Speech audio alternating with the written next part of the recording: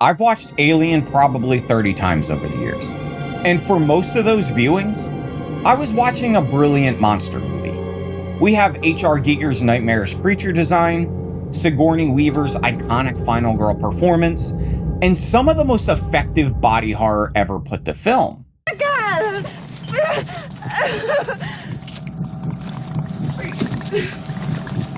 But a couple of years ago, something clicked during what I thought would be just another casual rewatch. It was the scene where Ripley discovers Special Order 937, the company directive that sacrifices the entire crew to retrieve the alien specimen. And suddenly, I wasn't watching a monster movie anymore. I was watching a documentary about late-stage capitalism that just happened to be set in space. The xenomorph, it's terrifying. But the real horror of Alien isn't the creature that bleeds acid and has a secondary mouth that decimates human skulls. The real monster is the Weyland-Yutani Corporation, a faceless entity that views human lives as expendable resources in service of endless profit. It's a damn company. What about our lives, you son of a bitch? I repeat, all other priorities are rescinded. And once you see it, you can't unsee it. To understand why Alien hit audiences like a gut punch in 1979, we need to travel back to one of the most economically brutal years in modern history. This wasn't just a recession. It was a fundamental breakdown of the social contract between workers, corporations, and society. Picture Britain in the winter of 1978 and 79. Almost 30 million working days lost to strikes. Bodies literally piling up in morgues because gravediggers had walked off the job. Mountains of garbage in Leicester Square because trash collectors were fighting for wages that could keep up with double-digit inflation. Hospitals became emergency only. This wasn't economic policy, but rather a form of economic warfare. But here's what made 1979 uniquely horrifying. It was the year corporations openly admitted they calculated the value of human life in dollars and cents. The Ford Pinto scandal had just exploded into public consciousness. Internal company documents revealed that Ford knew their fuel tank design was killing people, with over 500 deaths from cars exploding in rear-end collisions. But Ford's cost-benefit analysis was chilling in its precision. Paying wrongful death settlements at $200,000 per life was cheaper than fixing an $11 per car safety defect. Think about that for a moment. A major corporation literally created a spreadsheet that weighed human lives against profit margins. And the profit margins won. Just months before Alien's release, 3 Mile Island's nuclear plant nearly melted down while corporate executives downplayed the dangers to protect their stock prices. 200,000 people fled the area despite official reassurances that everything was fine. This was the world that Alien emerged into, a world where workers were beginning to understand that their employers viewed them as expendable, where corporations were willing to sacrifice human lives for quarterly earnings, and where the social fabric was unraveling under the pressure of pure economic brutality. What makes Alien's corporate critique so authentic is that it comes from someone who lived it. Ridley Scott wasn't some privileged filmmaker making abstract political statements. He was a working-class kid from industrial Northeast England whose mother was the daughter of a coal miner. See, Scott grew up in Teesside, and he was surrounded by steelworks and chemical plants. He walked through these industrial landscapes daily on his way to art school, and he described them as magnificent and beautiful, but also dark and ominous. That aesthetic sensibility, finding beauty in industrial decay while recognizing its inherent menace, would become central to Alien's visual language. But Scott's unique perspective came from his life after art school. Throughout the 1970s, he directed over 2,000 commercials through his company Ridley Scott Associates. He wasn't just observing corporate culture from the outside. He was inside the machine, understanding exactly how corporations manipulate both workers and consumers. In interviews, Scott has been remarkably direct about his intentions, saying when Alien and Blade Runner were made, "I thought that in the near future the world would be owned by large companies." This wasn't speculative fiction. This was extrapolation from patterns he could see emerging in real time. And here's the crucial insight. Scott understood that the most effective horror comes from taking something familiar and revealing its hidden brutality. He knew how corporate hierarchies actually function, how they use surveillance and control, and how they treat human beings as resources to be optimized. So when he created Weyland-Yutani Corporation, he wasn't imagining some distant dystopian future.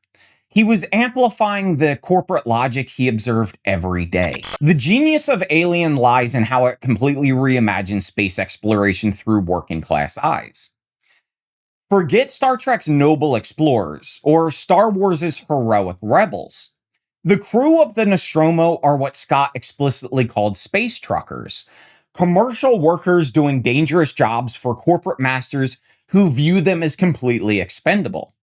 Look at the film's opening scenes. We're not introduced to brave astronauts or scientific pioneers. We meet Parker and Brett arguing about their wages, wearing Hawaiian shirts and trucker caps instead of pristine flight suits. Before we dock, I think we ought to discuss the bonus situation. Right. Brett and I, we think we deserve full shares, right, baby? You see, Mr. Park and I feel that the bonus situation has never been on an equitable level. Their first substantial dialogue is about getting full shares for the job. This isn't the heroic space opera you've come to expect. This is labor organizing right in front of our eyes. Ship, not a rescue ship. Right. It's not my contract to do this kind of duty. And what about the money? If you want to give me some money to do, I'd be happy to. Watch. That's right. The production design reinforces these class dynamics at every level. The Nostromo feels like an oil rig or factory, not a starship. It's filled with industrial pipes, cramped quarters, and utilitarian machinery. The crew eats from squeeze tubes in a sterile cafeteria that feels more like a prison commissary. Even their clothing emphasizes function over form. The work booths, utility jumpsuits, and practical gear marks them as laborers. And then there's their hierarchy. Dallas, Kane, and Lambert are the officers. They make decisions, they get better quarters, and they wear cleaner uniforms. Parker and Brett are relegated to the engine room, doing the dirtiest and most dangerous work. When the alien attacks, guess who faces the greatest physical danger? But the film's masterstroke is Special Order 937.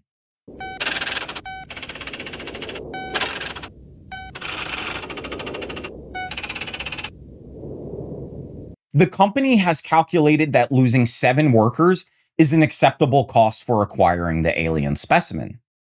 This is Ford's Pinto calculation transported to space. Human lives become line items on a corporate balance sheet. Here's where Alien becomes truly brilliant as social commentary. The xenomorph isn't just a monster. It's a perfect metaphor for capitalism itself. Just listen to Ash's famous description of the alien. Perfect organism. Its structural perfection is matched only by its hostility. A survivor, unclouded by conscience, remorse, or delusions of morality. This isn't describing a movie monster. This is describing corporate capitalism in its purest form. Both the xenomorph and capitalist systems exhibit identical characteristics. Single-minded pursuit of reproduction, complete indifference to the suffering they cause, and perfect efficiency in exploiting their environment. The alien's reproduction cycle directly mirrors capital accumulation. The facehugger's forced impregnation represents capitalism's penetrative assault on workers' bodies and lives. The chestburster's violent birth literalizes how capitalism consumes workers from within, using their life energy to reproduce itself.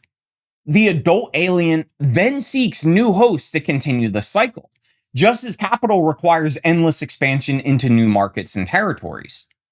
H.R. Giger's biomechanical design makes this metaphor explicit. The creature combines organic and industrial elements, suggesting the fusion of biological life with mechanical exploitation.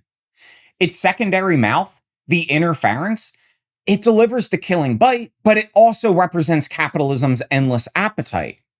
And the acid blood? That's capitalism's defensive mechanism. Any attempt to fight back becomes potentially catastrophic for the resistors themselves. Strike, and you might lose your job. Organize, and your plant might relocate. Demand better conditions, and your company might go bankrupt. The system's defenses make resistance seem more dangerous than submission. Let's talk about Ash for a moment, because he represents one of the most insidious aspects of corporate control. Ash appears helpful, scientific, and rational. He seems to care about the crew's welfare and the mission's success. But his true loyalty lies with company interests, and his programming prioritizes alien acquisition over human life. See, Ash is the perfect corporate middle manager, someone who implements brutal policies while maintaining plausible deniability. He's not some obvious evil, like mustache-twirling villain. He's just following orders, prioritizing company objectives, and making the rational choice to sacrifice the crew for the greater good of scientific progress. When Ripley discovers his true nature and Ash begins malfunctioning, his breakdown reveals something crucial about how corporate systems operate. They strip humanity from their enforcers, turning people into mechanisms for implementing company policy regardless of human cost. "You have my sympathies," Ash tells Ripley before shutting down. It's a perfect encapsulation of corporate doublespeak, expressing fake empathy while continuing to execute harmful policies. I can't lie to you about your chances, but you have my sympathies.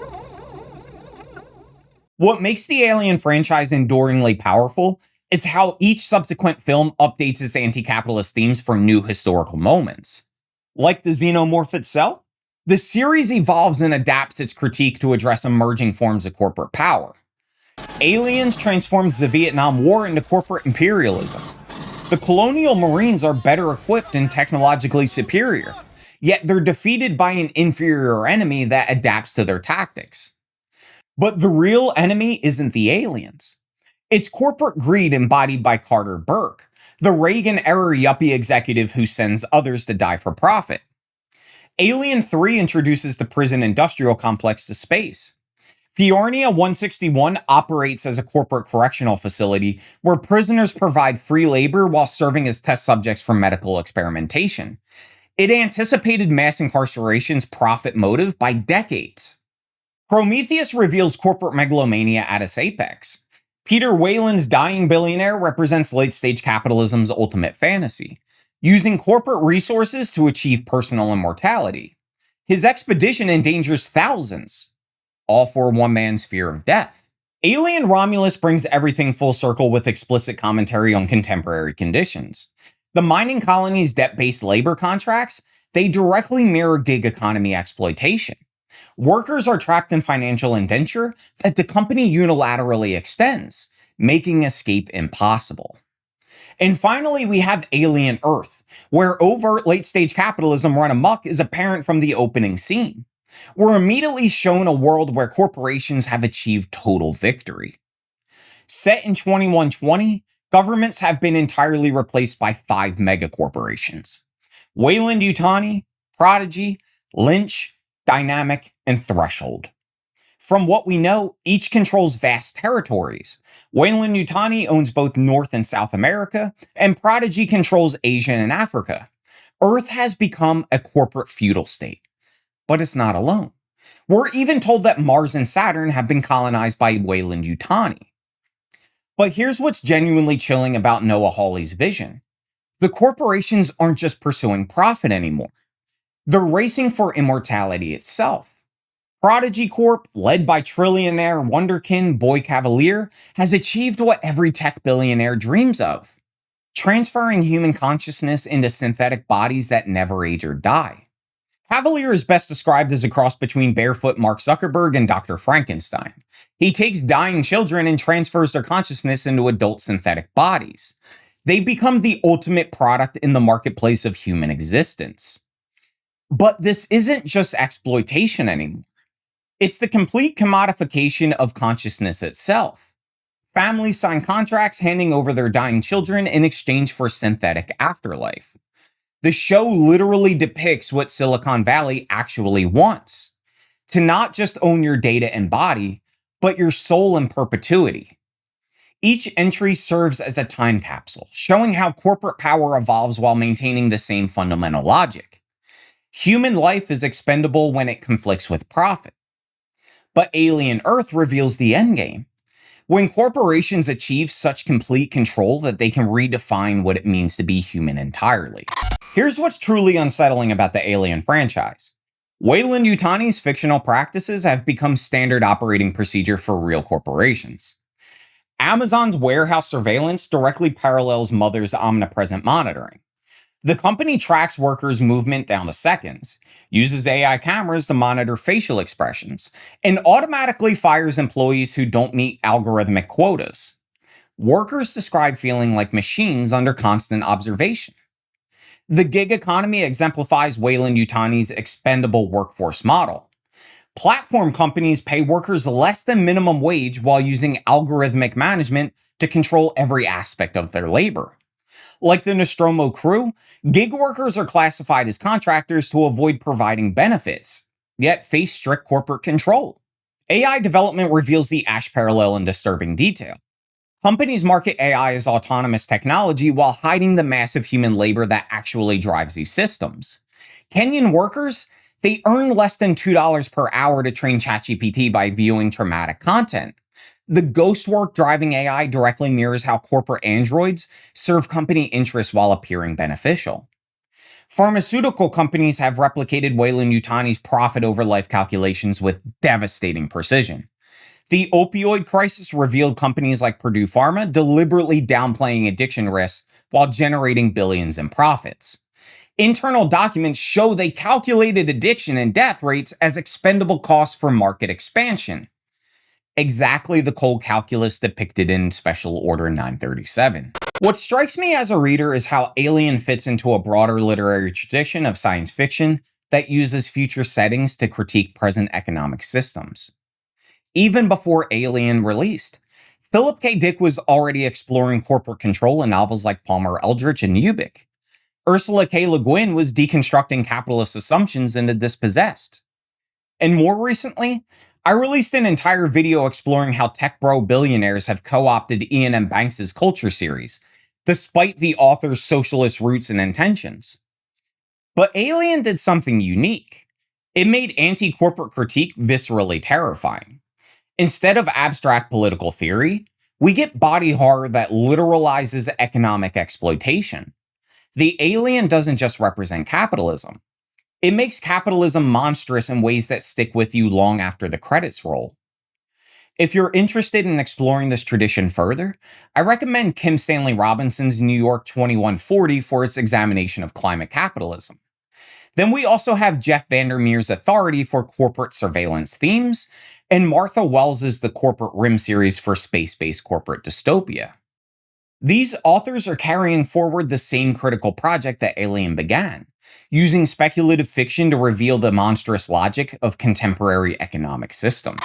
45 years after Alien first terrified audiences, its vision of corporate dystopia appears less like science fiction and more like documentary footage from our present moment.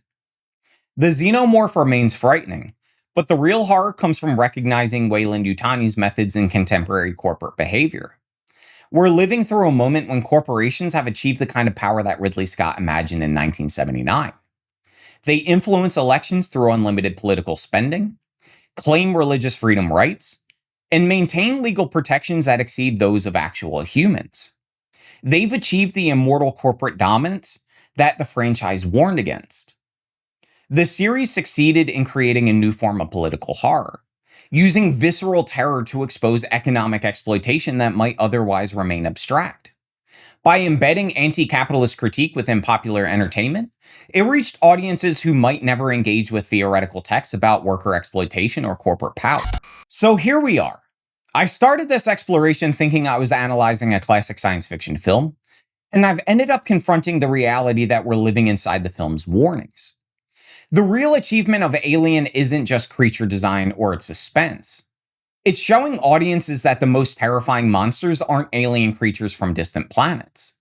They're the corporate systems that view human beings as raw materials for endless consumption. In space, no one can hear you scream. But on Earth, the screams are drowned out by the machinery of capital accumulation. The next time you watch Alien, and I hope you do watch it with fresh eyes, pay attention to those early scenes of the crew arguing about wages, to Ash's clinical prioritization of company interests, to the way the corporation treats human life as a business expense. The xenomorph, yeah, it's terrifying, but it's just the delivery mechanism for the film's real horror. The recognition that we are all expendable in service of endless profit. The real monster was never the alien. It was always the company. And that monster is no longer confined to science fiction.